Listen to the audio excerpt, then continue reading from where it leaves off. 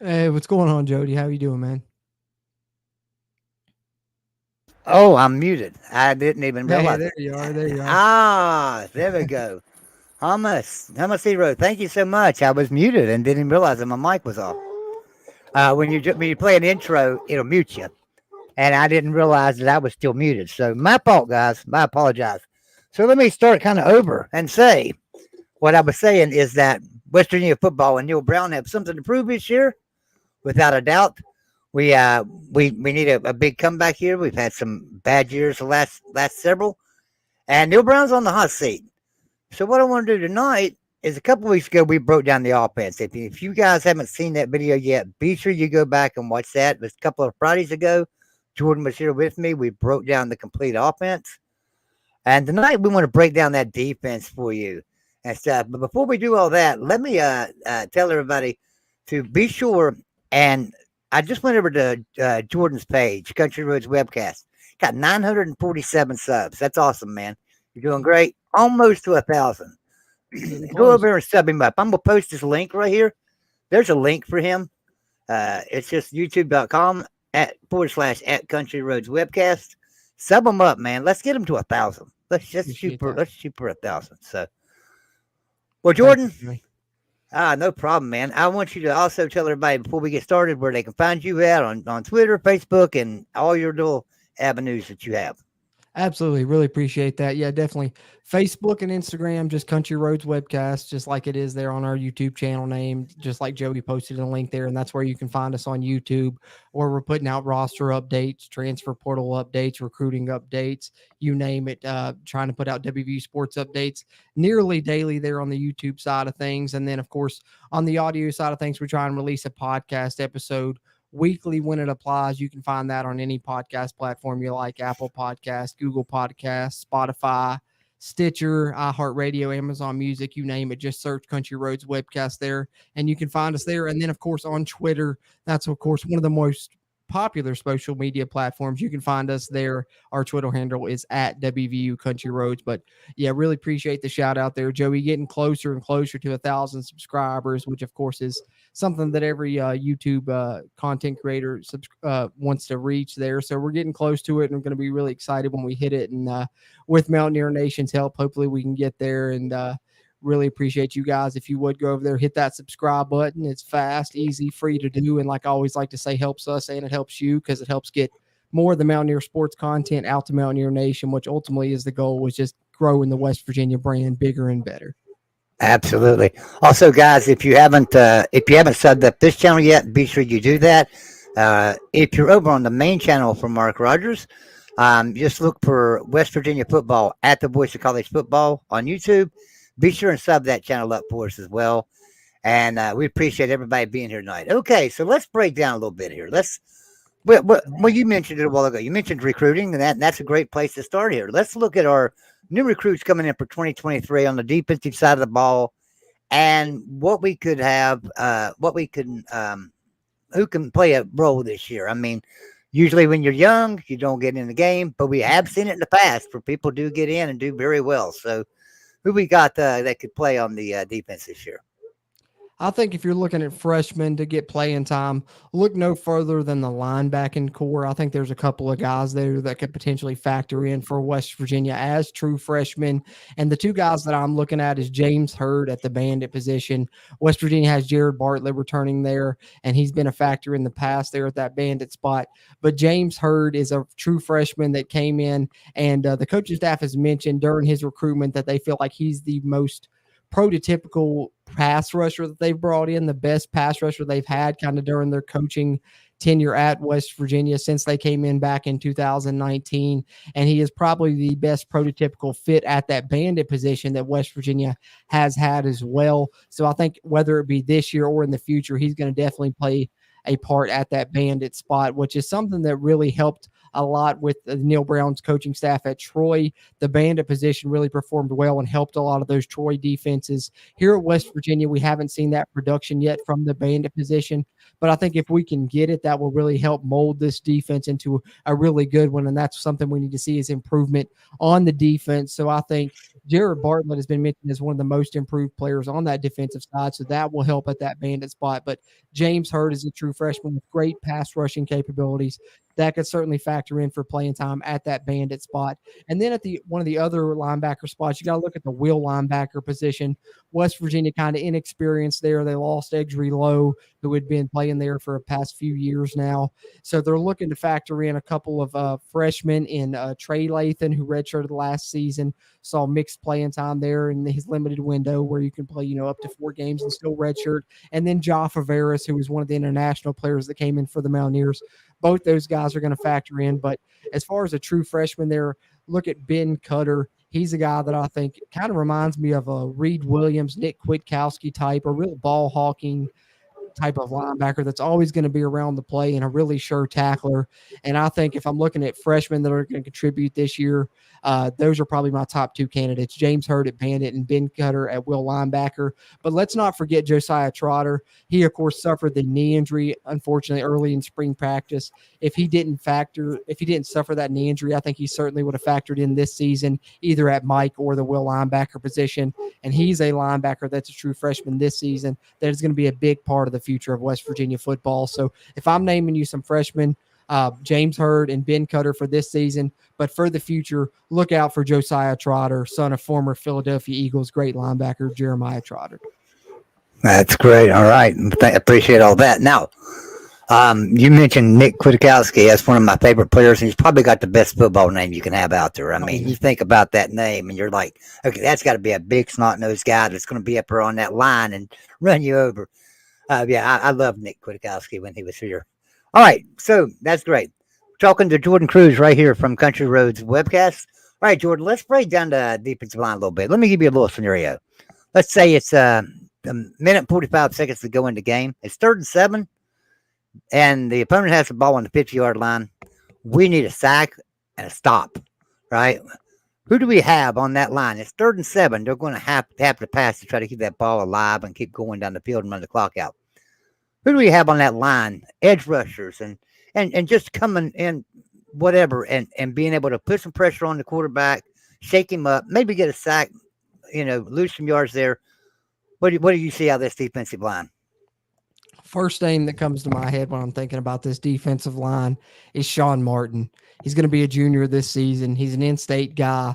And when I talk about Sean Martin on the channel, I always try and shout out that he's, from the same high school I graduated from, although I graduated from there many moons ago as compared to him at Bluefield High School there. But I think that he's ready to factor in as a starter on this defense and be the leader, on that defensive unit at the front part there. I think West Virginia has a player at each level that's going to be a great leader for this defense. And if I'm talking on the defensive line, that player is Sean Martin. I'll talk more about who that player is at the linebacker level and at the secondary as we go through here. But to me, Sean Martin's probably the de facto leader of this defensive line. Great size, 6'6", 290 plus pounds, and he's ready to take over, I think, as a premier player on that line. But in addition to him, I think West Virginia's brought in some really good pieces via transfer this offseason that are going to help in those pass rushing situations you're talking about, and even in run stopping situations as well. And the player that's really stood out to me the most that is one of those transfers, and you've heard coaching staff rave about him as well as media personalities alike throughout spring practice, and that's Davon Hawkins, better known as Day Hawkins, a transfer coming in from Tennessee State. He made plays all throughout spring practice, and then in the spring game, we got to see him do it ourselves. And I think if I'm going to compare him to somebody, I think West Virginia fans would be probably excited to hear me compare him to a Darius Stills. I think he's kind of got a similar type of body frame, a little bit shorter, maybe a bit undersized for that defensive line, some would say, but has an incredible motor just like Darius Stills had. And we saw the success that Darius had. So I think Day Hawkins, in my opinion, is probably the transfer that's flying the most under the radar for West Virginia this offseason, just because of the fact some people seen him come from Tennessee State. They see that Division II name. they kind of, stiff their nose up at that a little bit. But I think Day Hawkins is going to be a great player for West Virginia this season on that defensive line. So those are two names that stand out to me on that defensive line. But then you're going to have some other factors, of course. Eddie V, I think, is going to factor in at the defensive tackle position. I think the aforementioned Day Hawkins and him will do a great job, and the combination of those two will probably fulfill what you lost with the loss of Jordan Jefferson leaving to LSU. But then let's not forget about some young guys that West Virginia has that could factor in on that defensive line. I'm thinking of Sonny Redwood, who came in last season, racked up a ton of sacks his senior season in high school, put on 80 pounds here at West Virginia, and now is ready to factor in probably more as a defensive tackle. And then you got Zakai Lawton, who came over from Cincinnati as a transfer, in-state recruit out of high school, went to Cincinnati originally, came to West Virginia, didn't play a lot last season, but now I think he's ready to maybe have a bit of a role. And then you got a legacy guy like Jalen Thornton, the son of the great John Thornton, who's probably ready to have a role on this defense. And Taurus Simmons, who came back and is going to play defensive end for West Virginia, entered the transfer portal throughout the offseason, but decided to come back to West Virginia ultimately.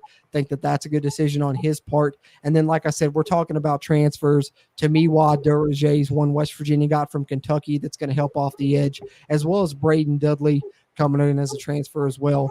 Redshirt freshman Duraje, redshirt sophomore is Braden Dudley. And then along that defensive line, you're talking about some bigger guys there. If you're talking about the nose tackle, West Virginia has Mike Lockhart, who came in last season. I think he's going to play a bigger role this year as a transfer in from Georgia Tech.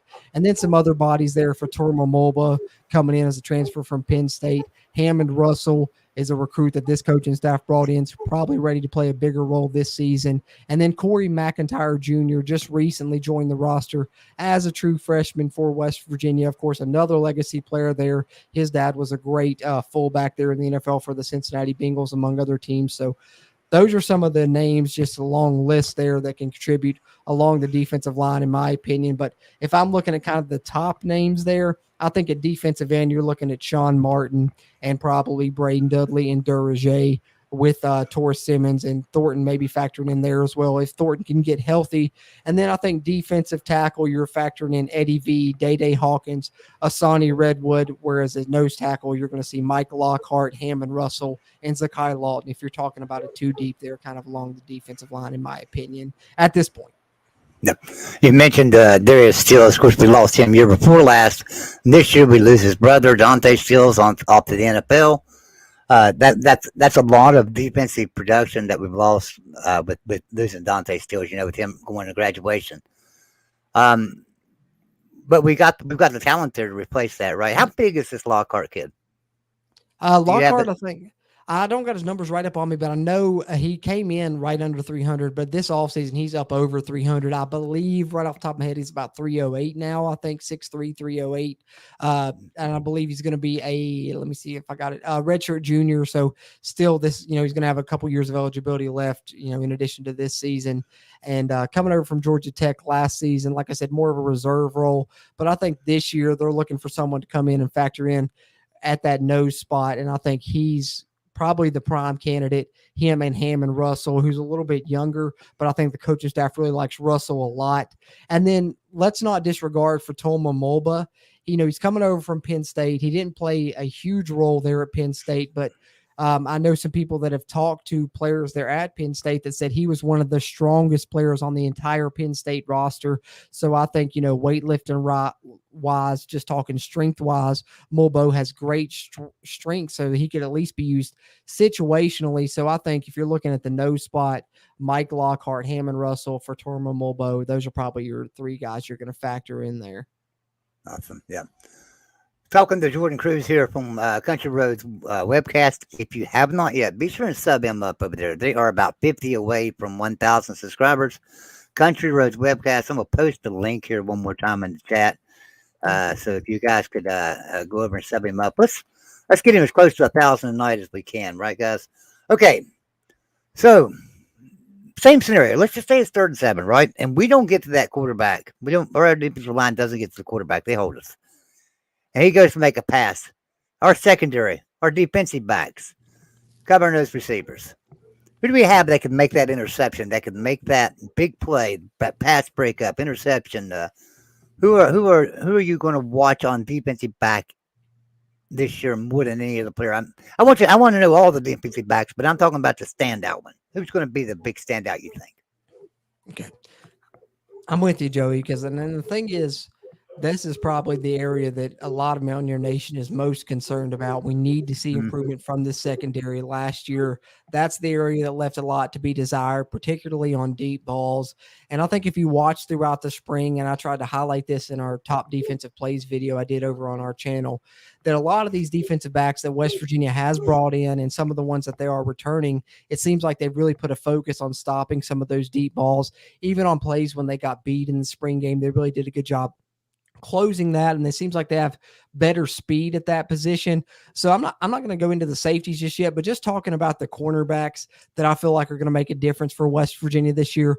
The first one that comes to mind for me is Montre Miller, the transfer from Kent State. And I know, like I said, kind of talking a little bit earlier, people have kind of looked down on some of the transfers West Virginia has brought in because they're coming from maybe Group of Five or Division II, FCS, what have you. Excuse me. And even though that is the case, I think a lot of that is because last season West Virginia brought in transfers from similar levels, and those didn't pan out well. So maybe that left a bad taste in the mouth of Mountaineer Nation. But what I want to say about Montre Miller is, despite the fact that he is from the Group of Five and Kent State, this is a player that you can go watch film on him. He's had great games against Power Five competition in the past, and the stat to him of his that keeps standing out to me is that he's played nearly 900 snaps at this level and has never committed one pass interference penalty. You can look last season, Georgia was a team that really no one hardly came close to Georgia. But one of the teams that gave them their best game actually was Kent State. And you can go watch Montre Miller's film against that Power Five competition, and he really played great. So I think Montre Miller has a great chance to factor in as one of the starting corners for West Virginia. And then beyond him, I'm looking at some kind of the younger guys to maybe step up this year. Andrew Wilson Lamp, a guy that came to West Virginia as a wide receiver, but since transferred over to the cornerback position, and he's finally coming into his own there. One of the faster players on the roster. He may be primed for a big season. And then Jacoby Spells, who was the highest rated recruit for West Virginia in last year's recruiting class. We saw him make some big plays last season. The one that comes to mind, of course, the game-sealing interception against Virginia Tech. So those to me are the main names if I'm thinking about the cornerback position. But then just one more as far as transfers are concerned. West Virginia's bringing in Beanie Bishop, Power 5 transfer coming over from Minnesota. Really good PFF numbers, and I think that he's going to have a spot there at the cornerback position. Even if he doesn't factor in as one of the two starting corners, I think that he's got a good chance to maybe line up as a slot nickel type cornerback for West Virginia in passing situations. But if you're, gun to my head, making me name one name there, Joey, that really I think is going to be the guy, I really like Montre Miller personally. Yeah, I do too. And you're right. It looked really good in some of the competition. Um, Now we got to go a little bit more into the secondary too, right? Because it wasn't just the cornerbacks, and right, it Right. was our safeties and our linebackers. Nothing looked real good last year, right? And after having a decent defense in 2019, one of the better defenses in the country in 2020, not too bad in 2021. We really fell off the rails though last Yeah. year. So now we've got to start looking at this a little bit more, and we got to break down these safeties and linebackers. I know we brought in some players. I know we have some players returning. Tell us about the safeties and linebackers, and what do you see there? It goes hand in hand with what I said earlier, right? We got to have that secondary improve. Last Hmm. year, a lot of the transfers that we brought in, a lot of the pieces that we tried to add, they just didn't work out ultimately, and it really cost the secondary. And then I think, of course, the injury to Charles Woods in that first game of the season is something that I've tried to pinpoint. And, you've heard a lot of comments from the coaching staff this offseason that really, hurt that defense a lot. I think he was responsible for a lot of things on that back end. And then after that, it kind of sent them reeling to the point they were trying to move pieces around. And then ultimately that left holes in other areas. And then, like I said, the transfers that they brought in probably weren't the best fits ultimately that they thought they would be. So the secondary struggled last season, as you mentioned, and ultimately led to probably the weakest defense we've seen in the Neil Brown era.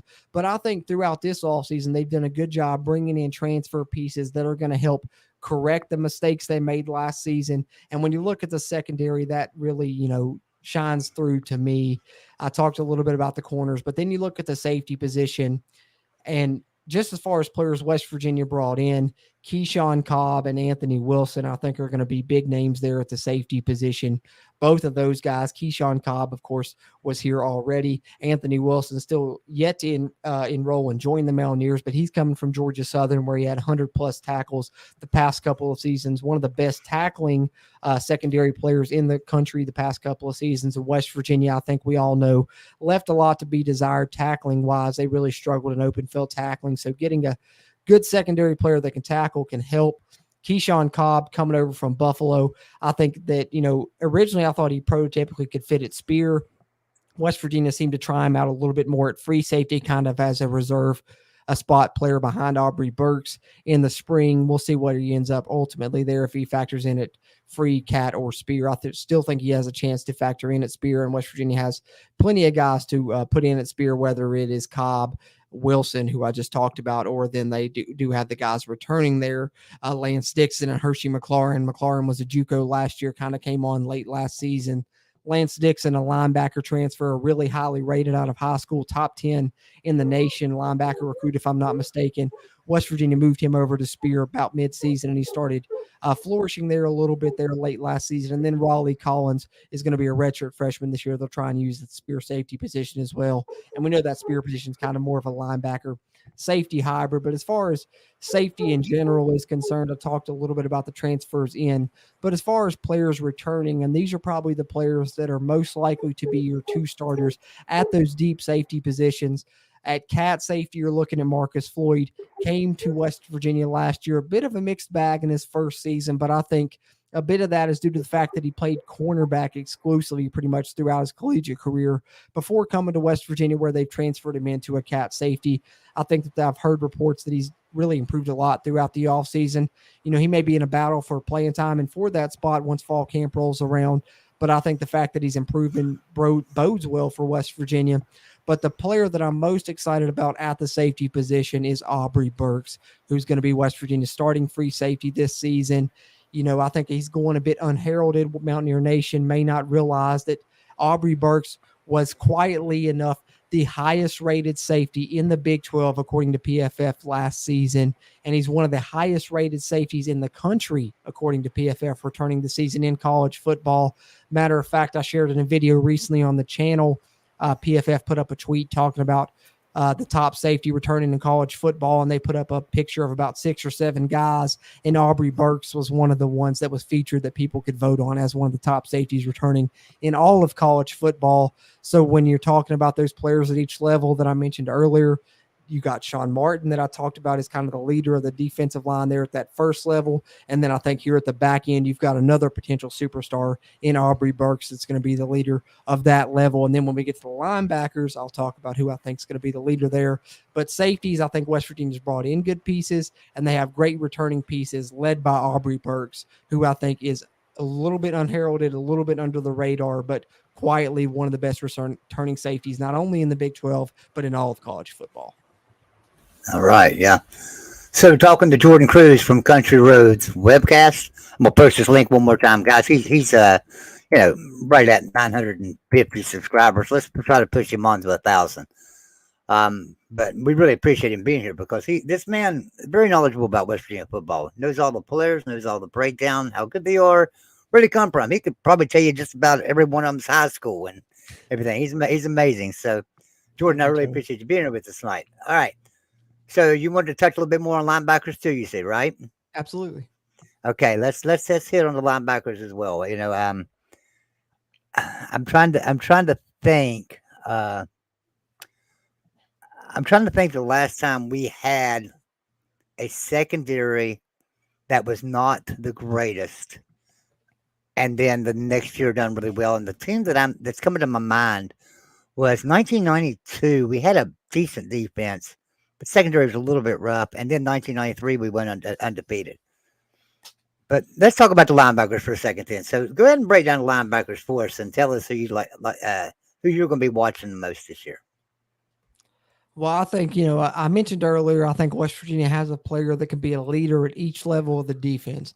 I mentioned the defensive line. I think Sean Martin's a superstar type level player there with that unit. And then in the back end, I talked about Aubrey Burks. And I think if you're looking at the linebackers, I think they have a de facto leader there that's really, coming back hungry. We heard a lot of reports last all season that he was really going to be a superstar. And then, he had a bit of a mixed bag late, and then later in the season, he really came into his own. But that's Lee Koba, who's going to be a senior for the Mountaineers this year on defense. So, in my opinion, if you're looking for this defense to improve, I think that it has a great chance to, just because, in my opinion, if you look at each level of that defense, you have a great player with superstar capabilities that can be a leader of that level. Sean Martin on the defensive line, Lee Koba in the middle, and then back in the back end, Aubrey Burks. And Lee Koba is going to be the Mike linebacker for the Mountaineers this year. Played a ton of snaps last year. They really struggled to find someone to kind of spell him and reserve him a little bit. And I think that's why late in games, you saw him get worn down a bit. So I think a good thing that West Virginia is looking to do this offseason is find someone to kind of take some reps from Lee Koba there at that Mike linebacker position, get him a little rest there in the middle. And Josiah Trotter, who I mentioned earlier, was probably going to be a player that may have been a factor to do that, but we know the knee injury is going to keep him out of his true freshman season. So I think Tyreek Austin Cave, a transfer who came in last season from Miami, seems like he's getting more and more into the mix this offseason. Probably the prime candidate to factor in there. And then you got our former preferred walk-on in Caden Bizer, who spelled Koba a little bit last season. So West Virginia has a couple of bodies there that could spell him and give him a little bit of rest when he needs it. But he's definitely the leader of the linebacking core, in my opinion. And I'm expecting a big season from Lee Koba.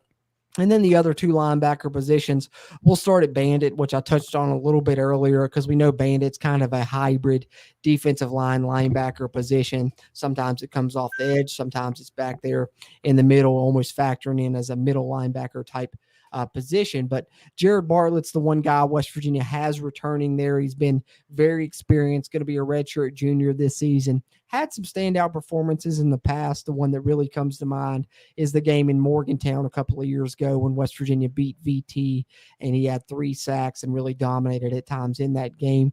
I've heard that he's had a really improved offseason, so I'm hoping that he factors in great in, not only in his pass rush, but hopefully in run stopping abilities as well. And then I think James Hurd's going to be the other guy that gets the most snaps there potentially for West Virginia.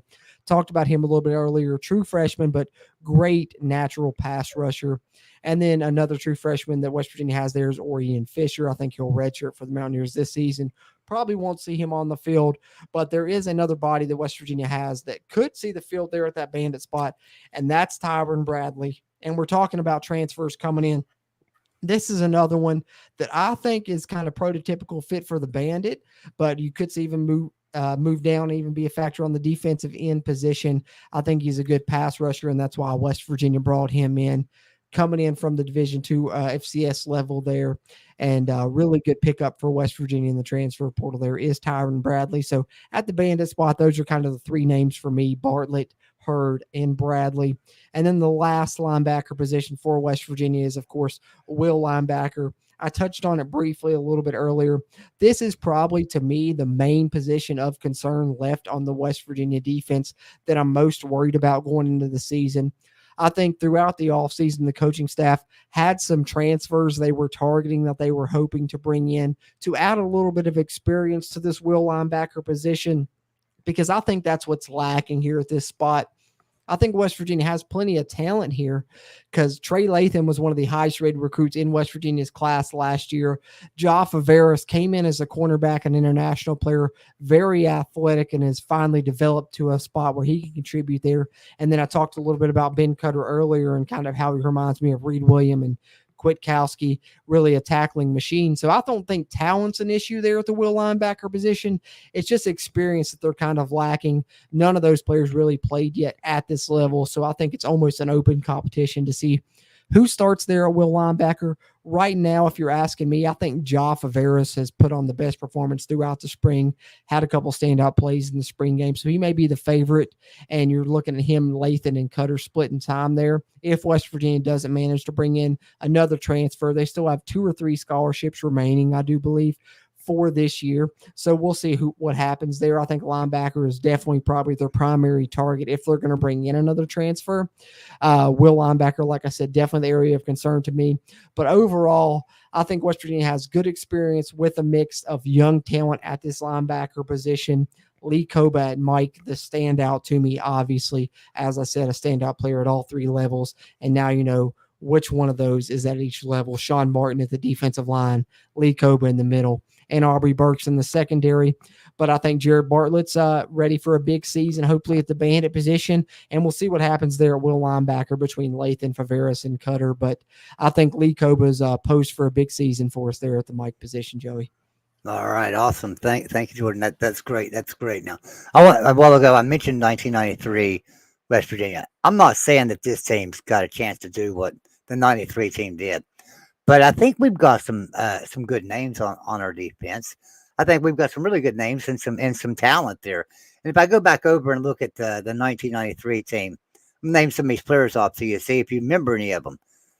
Tim Brown, Wes Richardson, Matt Tafone, Derek Worley, Aaron Beasley, Whew. Mike Collins, Tommy Orr. I mean, these were some men out there on that defense, and so I'm not saying that this team is the next '93 team by any means, but we've got some talent, right? We've got some pretty good talent. Yeah. We could make some noise, and we're going to find out game one real quick just how good our defense is, aren't we? I mean, coming up Absolutely. against Penn State, so I'm looking forward to that. Now, let's go back over here. I'm going to make sure that somebody hadn't said anything in the comments real quick before I move on. All right. So we're talking to Jordan Cruz from Country Roads Webcast right here on YouTube. Be sure and sub him up. Also has a Country Roads podcast, which is on about everything, Apple, Spotify, you name it, he's on there. Well, let's talk a little bit about some depth. I know you've mentioned a lot of the depth that we have covering some things. So you've mentioned the ones and twos on just about every position. Let's go down to depth a little bit. Let's say we've got an injury or something to one of our starters, and our second, third stringer have to come in. What do you see on our depth? Do we have some good talent that maybe it's just not developed yet that will come along through the year? That if we would lose a player at game 6, we may be able to fill in with? How is our depth? I think depth is obviously always one of the biggest areas of concern for West Virginia. It's something that we've kind of struggled with throughout our early years, in this our first decade here in the Big 12. At times that's kind of been the thing that's bit us as we've suffered injuries, and it's really cost us. I mentioned Charles Woods last season, but then you can look at even the year when, West Virginia had Will Greer there in 2018. They suffered injury after injury at that linebacker position. They really hurt that defense ultimately at the end of the season. So depth is something that West Virginia's really tried to continue to develop, and I think this coaching staff's doing a good job of it.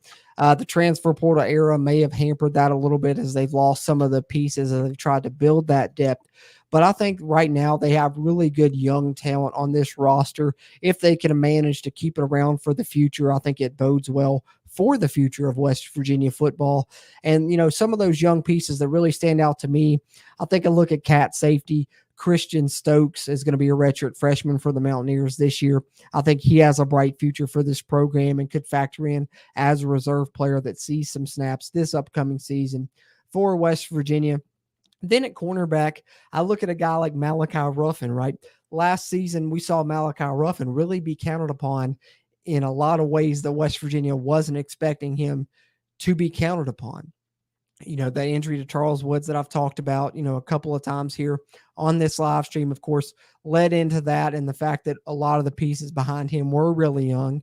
Jacoby Spells, Andrew Wilson-Lamp, who I talked about earlier, who are really ready to contribute and be a big factor this year. Maybe last year were, thrust into action a little bit before they were ready. So West Virginia had to call upon Malachi Ruffin, who was a former walk-on, been around the program a long time, going to be a redshirt senior for the Mountaineers this year.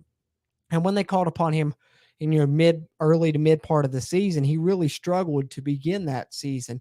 But then I think as we saw the season go on, we really saw Malachi Ruffin come into his own to the point that in those late season wins that West Virginia was able to manage over, Oklahoma State, he really made some key plays in both of those games that helped West Virginia secure those wins to the point that now I think he's a player that West Virginia can count upon in the secondary. And he's even factoring into the competition to be a starter at one of those two cornerback positions. I think if you're looking at those two cornerback positions, the three names I mentioned earlier, Montre Miller, Andrew Wilson-Lamp, and Jacoby Spells, with Malachi Ruffin are the four names that you're kind of having compete for those two cornerback positions and will probably be your two deep, with Beanie Bishop being the other guy that'll factor in there and I think be more of a slot corner for West Virginia, a nickel corner in passing situations. So even though he's not that young, I think Malachi Ruffin is a great depth piece at the cornerback position. And then moving down to the next level at the linebacker position for West Virginia, I touched on him a little bit earlier at the spear position, but Raleigh Collins, I think, was an underrated recruit for West Virginia in last year's class. I think he'll be a great depth piece at the linebacker position and could potentially even steal some snaps at that spear spot behind Hershey McLaurin and Lance Dixon, who will probably be the top two there if Anthony Wilson and Keyshawn Cobb don't factor in at the spear there for West Virginia. And then at the will linebacker spot, Ben Cutter, the true freshman to me that stands out as one of the most talented in this class that I think flew under the radar for West Virginia. Not that high rated of a recruit, but has great potential to factor in early here in 2023 as a true freshman, especially since he enrolled early and has kind of been in the mix there at that spot. Josiah Trotter, like I mentioned, is going to be a factor in the future. Won't be a depth piece this year, but definitely down the line. Tyreek Austin Cave, the transfer from Miami, I think, in my opinion, should be the one to get the reserve snaps to spell Lee Koba there at the Mike linebacker position. I really like his potential. I don't know why he didn't see those last season, but I hope that the coaching staff has really came around to him this season and he gets those reserve snaps there at that spot.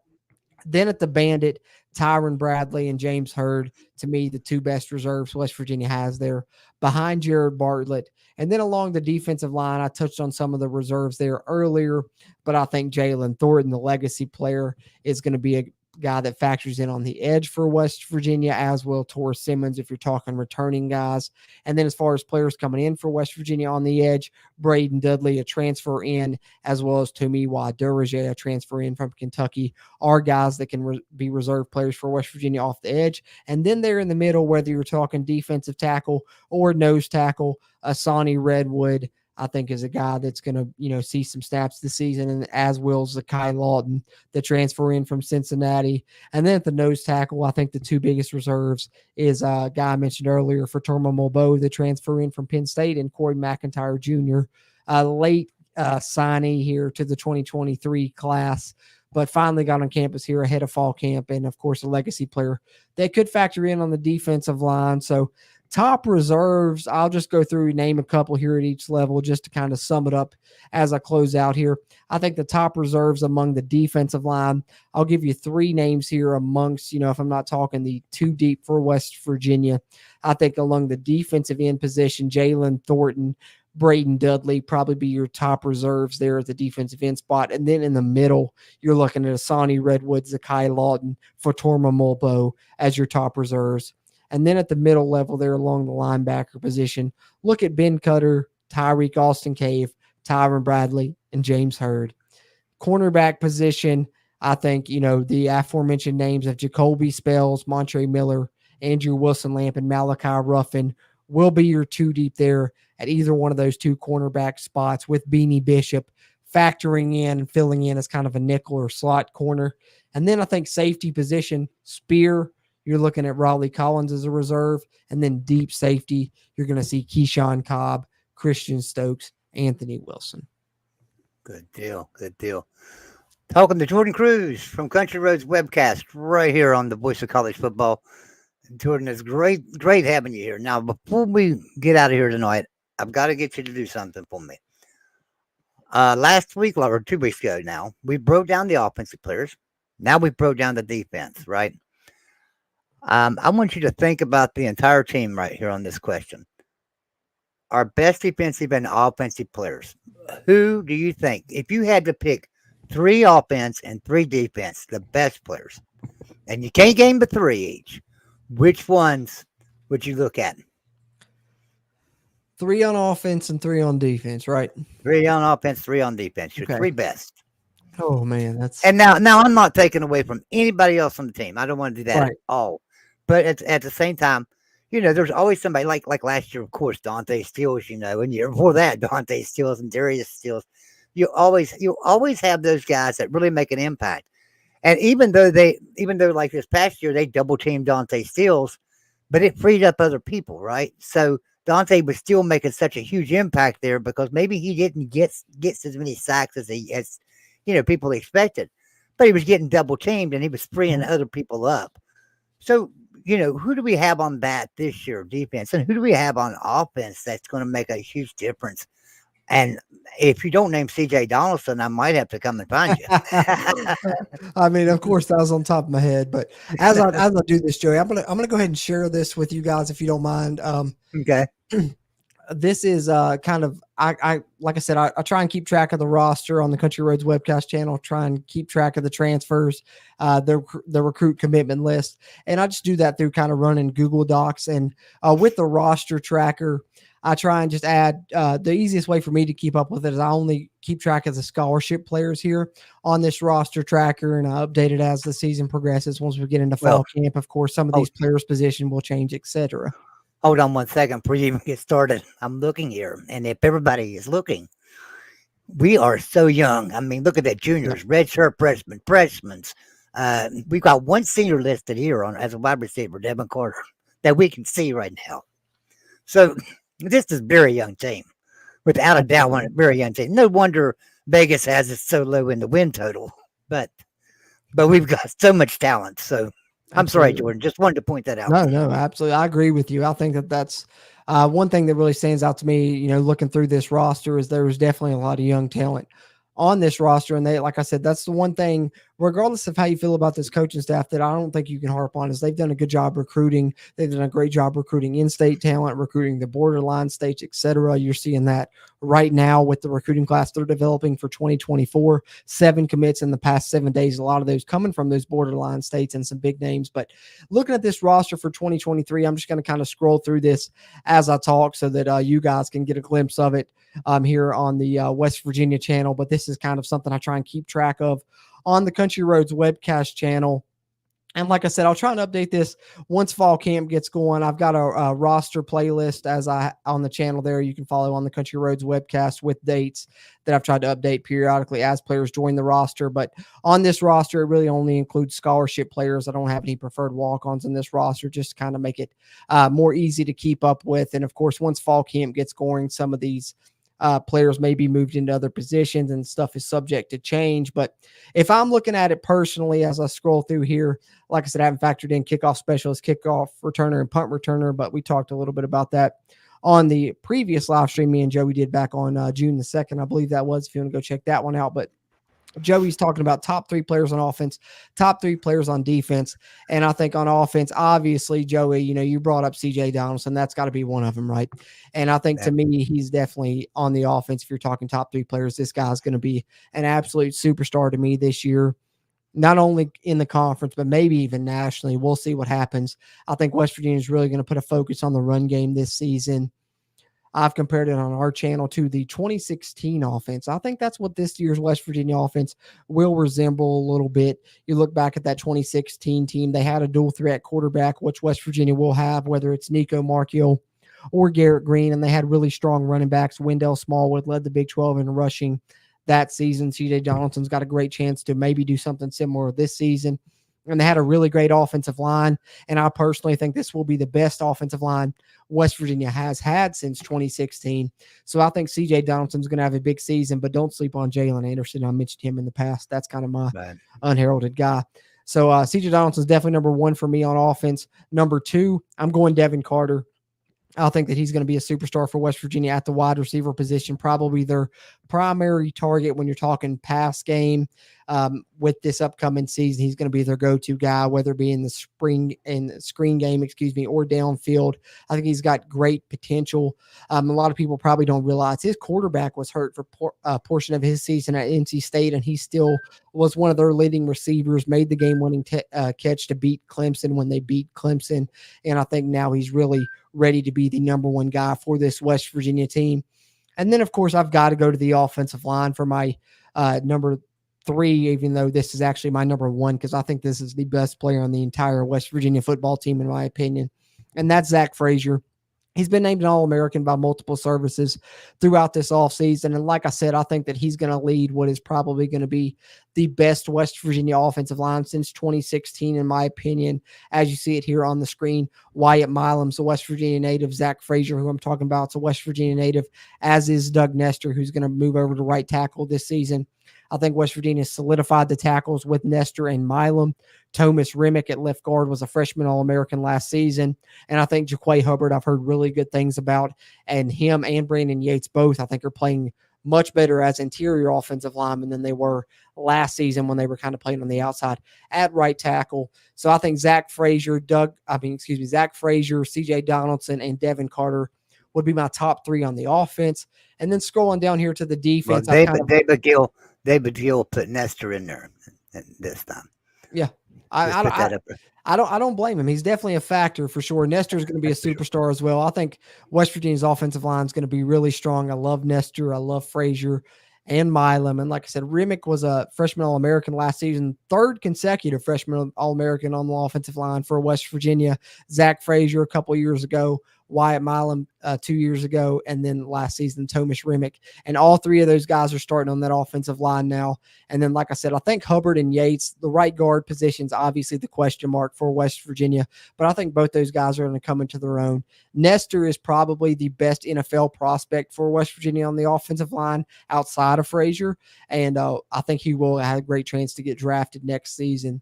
But moving on to the defense, you mentioned my 3 guys, and I think I've already kind of given this away a little bit early, but it's at each level.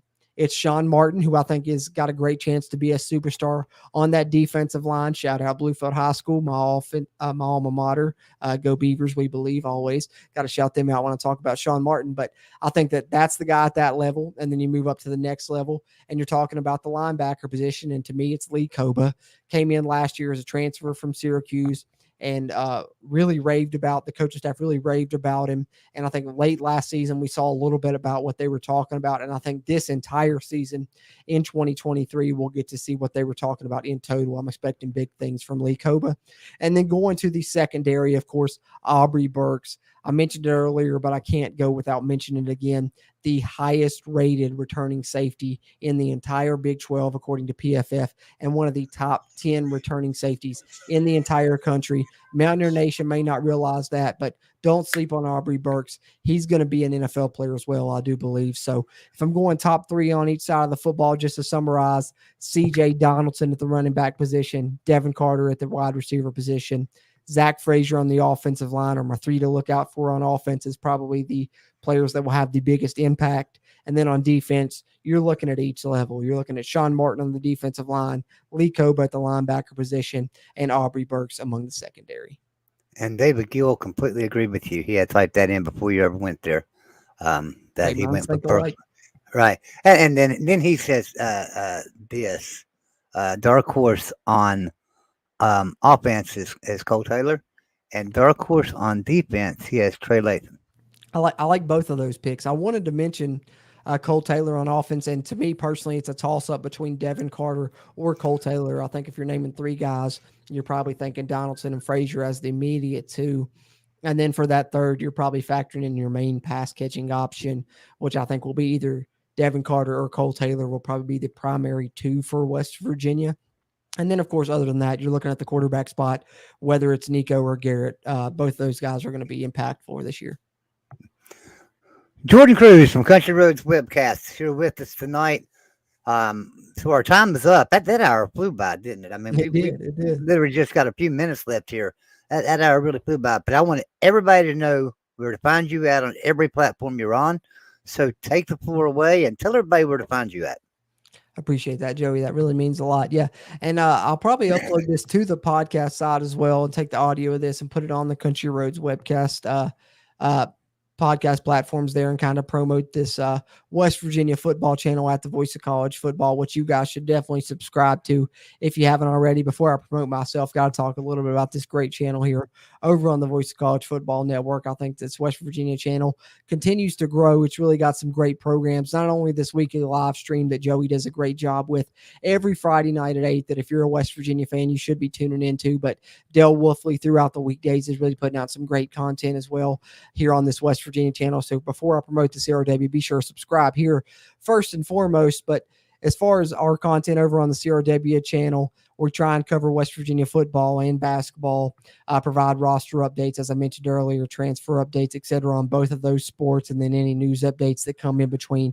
Try and put out short form videos over on the YouTube side, covering those as they happen. So be sure to subscribe to us on YouTube. I know Joey linked the channel there in the chat. Like I said, we're getting close to 1,000 subs and would love to hit that. So be sure, if you're a West Virginia fan, college sports fan in general, try and cover the Big 12 and college football as much as we can. Subscribe to us there. That really helps us here on YouTube.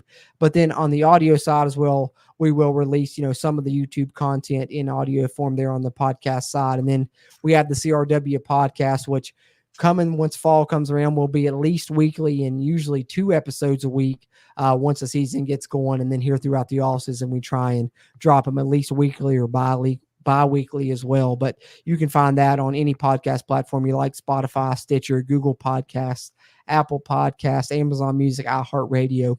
Just search Country Roads Webcast, subscribe to us there, and be sure to share us around with other West Virginia fans you may know. That's one of the best ways to help us grow here. But on YouTube, Country Roads Webcast; on the podcast platforms, Country Roads Webcast; Facebook and Instagram, same there. The only difference is there on Twitter. If you want to follow us there, just be sure to type in at WVU Country Roads. But really appreciate you, Joey, having us on a couple of weeks ago to preview the offense, returning us here to preview the defense, talk a little bit about that. Getting super excited for this 2023 season and looking forward to covering it as it comes on to us. I think that this West Virginia team is flying under the radar. I mentioned players that were flying under the radar, but I think there's a lot of naysayers from this team. You mentioned the 4.5 wins line from DraftKings. I think West Virginia is certainly going to hit the over on that.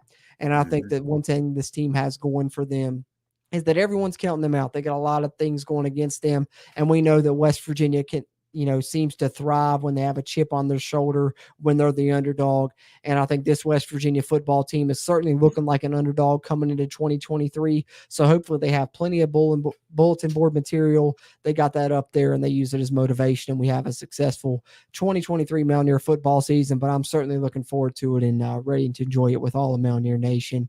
And no better place to enjoy it than here on the West Virginia channel at the Voice of College Football. Man, I appreciate that. Thanks. Thank you so much for being here. Yeah, I have to admit, I'm one of them that I think that maybe I was underselling this team a little bit, because when I look at things, I can see we'll win 3 of the 4 out of the 4 newcomer games, right? We got to play all 4 of the newcomers. I think we win 3 of those. We'll beat our cupcake team, that's for sure. So that's 4 wins. We'll beat Pitt, which is 5 wins. That takes us to the over already. We get another win or 2 in there, and we're going bowling. This is what I think. We've talked about this already. I think this team is young, and there's going to be a learning curve there. Obviously, I don't give us Pitt. I mean, Penn State. I don't think we beat Penn State, especially in Happy Valley. But you look down through the schedule, it's kind of favorable to. Well, it's not really a favorable schedule. My goodness, it's like one of the third toughest schedules in the nation. But at the same time, playing 3 of the 4 newcomers, and we're the only team that's playing all 4 of them. But winning 3 of the 4 is very well possible and most likely going to happen. So I kind of like this team. I just hope Neil Brown can get this team motivated, and I'm sure he can. Like you say, got it up in the locker room, got some certain games circled, on that calendar. It's time to get this done. We need to have a great season. He really does. Yeah. I think Neil Brown needs an 8-win season. And then he can't lose to Pitt. Yeah. I like Neil Brown. I don't want Neil Brown to be fired. That's for sure. Yeah. I really like him a lot. He's a great recruiter. the players like him and stuff, and they'll sign up. I mean, just look at our recruiting the last couple of weeks. We've got some great players. So, I agree.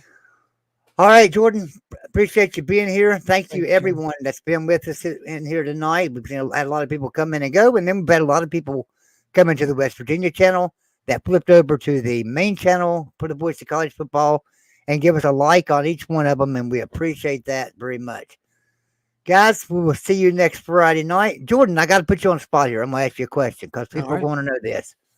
You guys going to do the post-game shows this year right here on the Voice of College Football, the post-game shows. Absolutely. I was actually about to mention that, and then it slipped my mind there as I was going on my rant, lost my train of thought. But yeah, Mark Rogers, who we're of course really appreciative of here at the channel, of course, the one that makes it all go, but actually got his email today and just replied to him earlier before we started the stream here that, yeah, we're going to be back doing the post-game streams. So definitely be sure check out here once the season starts. Once the game's in, I'll be on here hosting the post-game streams on the West Virginia channel here at the Voice of College Football, and looking forward to that. Had a lot of fun with that last season, and hopefully this season's even more successful and more fun to talk about. But we'll see what happens. Either way, my motto is always 0-12 or 12-0. I'm going to enjoy every second of West Virginia football we get to watch because we only get 12 opportunities in those 365 days a year. So I always love it when we get to do it. Yep. Well, I know one thing. I enjoyed your show last year. And this year, I'm probably going to join you a little bit more this year. Absolutely. Probably going to come into it a little bit. All right, guys. Thank you for being here. We appreciate everybody. Love you very much. We'll see you next Friday night, 8 o'clock. Y'all have a good night. Jordan, thank you again, buddy. Thank you, Joey.